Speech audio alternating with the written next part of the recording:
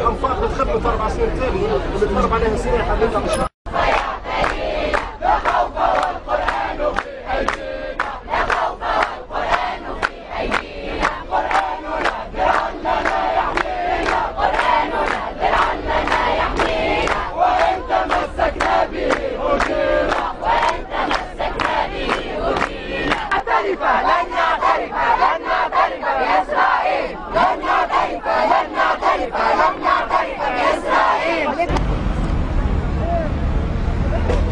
بسم الله الرحمن الرحيم. والصلاة والسلام على أشرف المرسلين.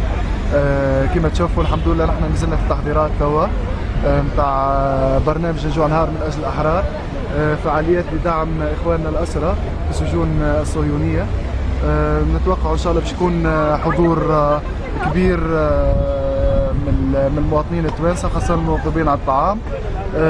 إن شاء الله زاد باش تكون فما كلمة للوزير المستشار سي لطفي زيتون، وإن شاء الله باش يكون كلمات الجمعيات والمنظمات الحقوقية مع كلمة من المجلس التأسيسي الأخت جوهرة التيس. لو خضعت كل الدنيا لن خضعت كل الدنيا لن نعترف بإسرائيل لن نعترف بإسرائيل لن نعترف بإسرائيل لن نعترف بإسرائيل لن نعترف بإسرائيل لن نعترف بإسرائيل. الرحمن الرحيم. اخوكم يحيى الكشو، طالب جيت اليوم مساند الاضراب هذا اضراب الجوع، واليوم انا مضرب ان شاء الله، وربي يسدد المقصود، ربي يبلغ المقصود ان شاء الله. الاكسيون هذه كما شفنا معناها بدات من فكره بسيطه لكنها عندها معاني كبيره برشا. الفكره هذه توصل الابعاد، معناها ما تقفش عند حدود الوطن التونسي كهو. وبالطبيعه تونس كما بادرت هي بالثورات العربيه وبادرت بشتى المجالات، اكيد هي كانت القضيه الفلسطينيه ترفعت في اوج الثوره التونسيه. بالتالي احنا اليوم نبرهنوا هدايا بامور عمليه بعد الشعارات وبعد الكلام والهتافات.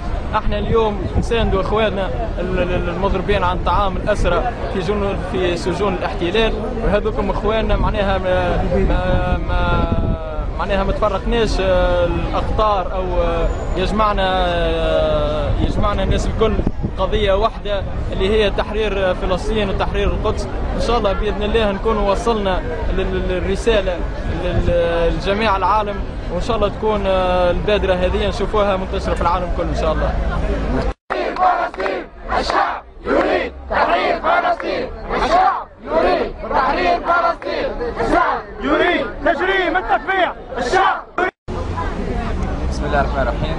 زياد مزغني، منسق جهة فارس في حملة الجوع نهار من أجل الأحرار التضامنية مع الأسرى الفلسطينيين في غزة.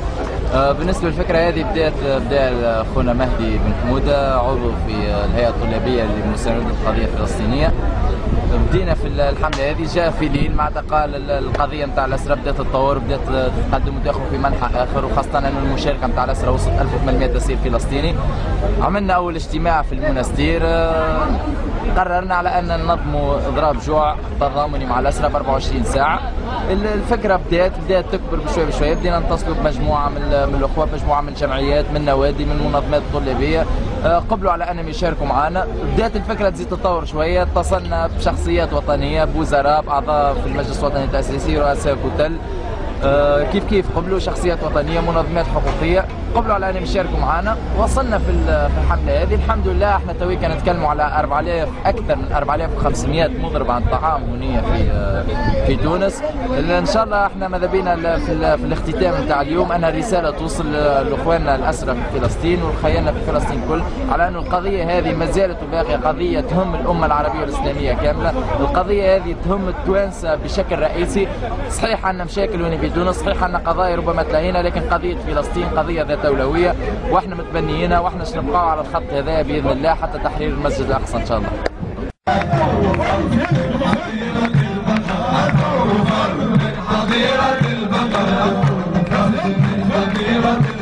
فصارت العشور في الحظيرة تبكي ثمار قائد المسيرة، وشكلت على الأمر محكمة ومؤتمر، محكمة ومؤتمر. وفاء الأحرار وعلى نعمة الوقوف في بلد الأحرار وفي بلد الثوار تونس الحبيبة تضامنا مع أسر الأحرار.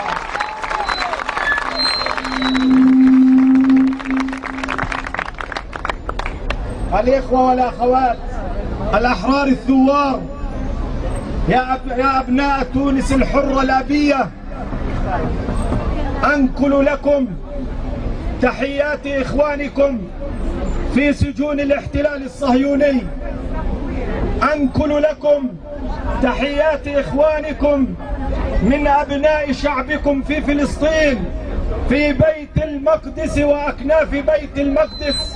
الدم أم الأسير صبرك رضا ما تسكبيش الدم، أم الأسير وامشي بخطاه ما تسكبيش الدم. روحك نهني على الوطن، روحك نهني في يوم عرسك يا شهيد، نهتف نغني الله أكبر على الوطن، روحك نهني في يوم عرسك يا شهيد، نغني الله أكبر على الوطن، روحك نهني. القابعين في سجون الاحتلال تحية إكبار واحترام وتقدير. ندعو الله تعالى أن ينصرهم وأن يثبتهم وأن يقويهم وأن ينصرهم على أعدائهم وأعدائنا أعداء الأمة الإسلامية.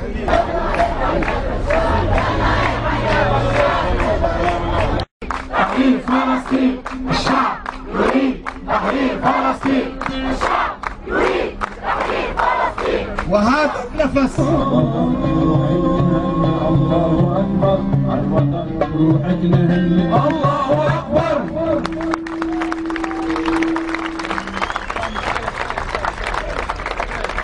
شكرا.